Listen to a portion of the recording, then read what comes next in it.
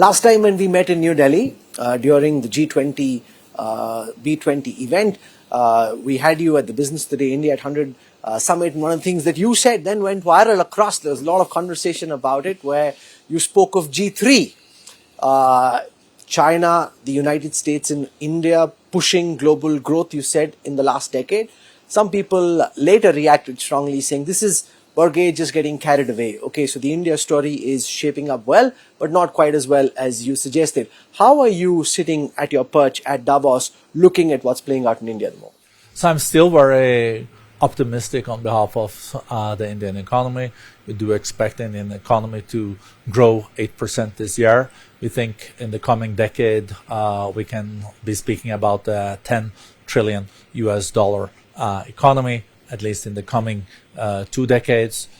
So I also spoke about the snowball effect, and it's easier to understand when here you start to roll a small snowball on the top of one of these hills, and it starts to move down. It increases the speed, and it gets bigger and bigger. This is still what I do expect also moving forward in India. It's a economic success story, and I still believe in G3 and the fact that India in the future will be a player,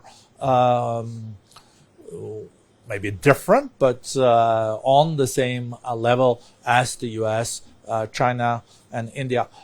Maybe we should also add the European Union into this mix because it is 20% of the global economy and we are in Europe. So we should not write off Europe. So either we're speaking about the G3 or a G4. Where does India figure in the conversations at Davos this year? I see on the promenade, the Indian presence keeps getting bigger, if that's even possible. It almost seems like an Indian takeover in some parts of the World Economic Forum Davos promenade. So I think it's reflecting the reality. We have a lot of Indian companies here. India is growing very fast. There's a lot of interest in India. There is like a country strategy meeting on India where the 3 ministers that are here will conduct, and the governor of the central bank is here too.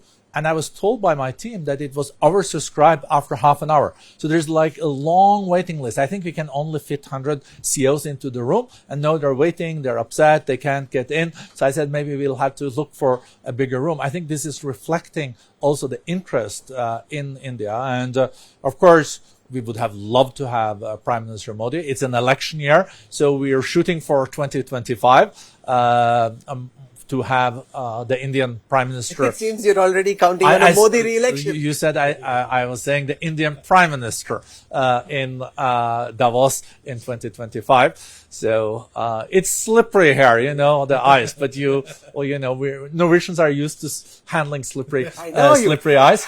But we also are very pleased that we do have 3 cabinet ministers here in an election year.